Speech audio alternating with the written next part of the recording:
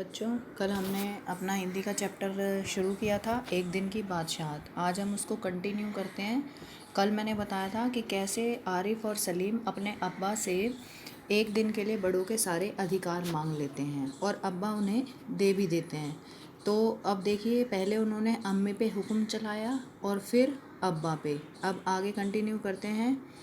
चुप! अब्बा डांटते डांटते रुक गए। बेबसी से गज़ल की अधूरी पंक्ति दांतों में दबाए और पटकते आरिफ के साथ पाँव पटकते आरिफ के साथ हो लिए। मतलब जब आरिफ ने उन्हें कहा कि आप ये कवाली बंद कीजिए और ऑफिस जाइए, तो अब्बा को ऐसा लगा कि वो उन्हें डांट दे, लेकिन कुछ नहीं कहा और चुपचाप उस आरिफ के साथ चले गए। रज़िया, ज़रा मुझे 5 रुपये तो देना, अब्बा दफ्तर जाने को तैयार होकर बोले। 5 रुपये का क्या होगा, कार में पेट्रोल तो है। आरिफ ने तुनक्कर अब्बा जान की नकल उतारी। जैसे अब्बा कहते हैं, इकन्नी का क्या करोगे, जेब खर्च तो ले चुके हो। मतलब कि वो अपने अब्बा की नकल उतार रहे हैं कि जैसे उन्हें पैसे नहीं मिलते, ऐसे ही वो अपने अब्बा को मना कर रहे हैं कि आपको भी पैसे नहीं मिलेंगे। थोड़ी देर बाद खानसामा आया। बेगम साहब, आज क्या पकेगा? खानसामा मैंने कल बताया था क्या होता है, रसोइया। तो वो आया अम्मी के पास कि आज बताइए क्या बनेगा। आलू, गोश्त, कबाब, मिर्चों का सालन। अम्मी ने अपनी आदत के अनुसार कहना शुरू किया, नहीं, आज ये चीज़ें नहीं पकेंगी।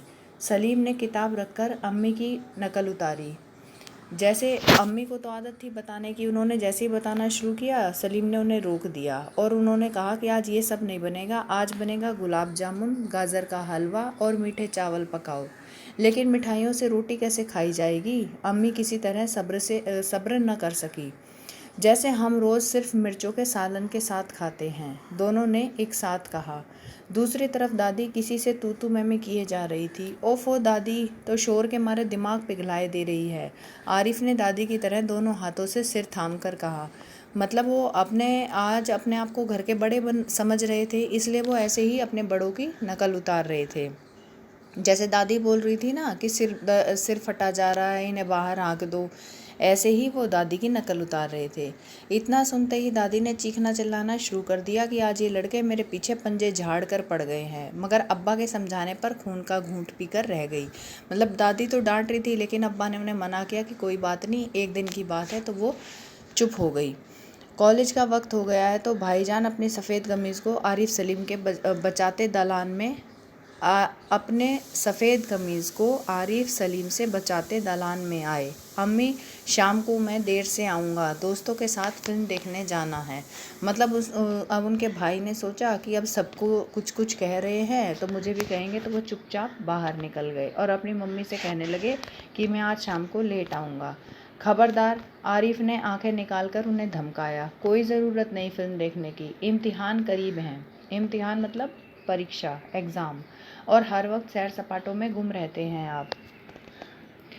पहले तो भाईजान एक करारा हाथ मारने लपके, फिर कुछ सोचकर मुस्कुरा पड़े। लेकिन हुजूर आली दोस्तों के साथ खाकसार फिल्म देखने की बात पक्की कर चुके हैं, इसलिए इजाज़त देने की मेहरबानी की जाए, उन्होंने हाथ जोड़कर कहा। और पहले तो उन्होंने सोचा कि मार कर वो कर ले, लेकिन फिर उन्होंने हाथ जोड़कर उनसे परमिशन मांगी। बना करे, बस मैंने एक बार कह दिया, उसने लापरवाही से कहा और सोफे पर दराज होकर अखबार देखने लगा। मतलब वो अपने अब्बा की नकल उतारने लगा।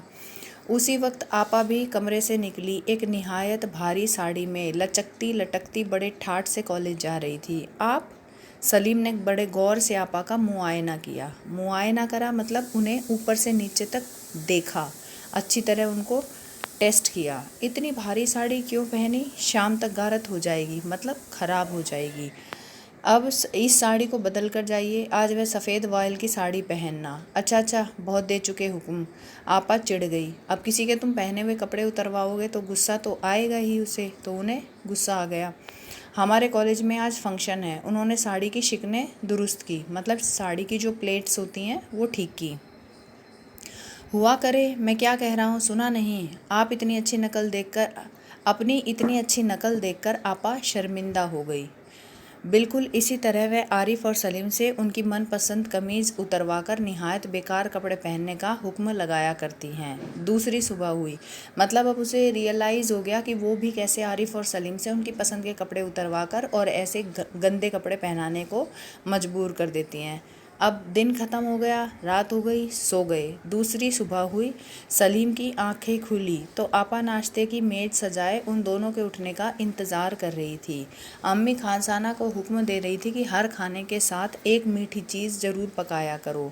अंदर आरिफ के गाने के साथ भाईजान मेज का तबला बजा रहे थे और अब्बा सलीम से कह रहे थे स्कूल जाते वक्त एक चवन्नी जेब में डाल लिया करो, क्या हर्ज है। मतलब अब वो देख रहे हैं कि एक दिन में ही पूरा घर इस तरह बदल गया जैसा वो चाहते थे। तो अब आप लोगों को क्या करना है कि इस चैप्टर को, इस वीडियो को दोबारा से सुनना है। 2 पेज राइटिंग और 1 पेज ड्राइंग करनी है। आगे के क्वेश्चन आंसर्स हम कल कंटिन्यू करेंगे। Okay, thank you.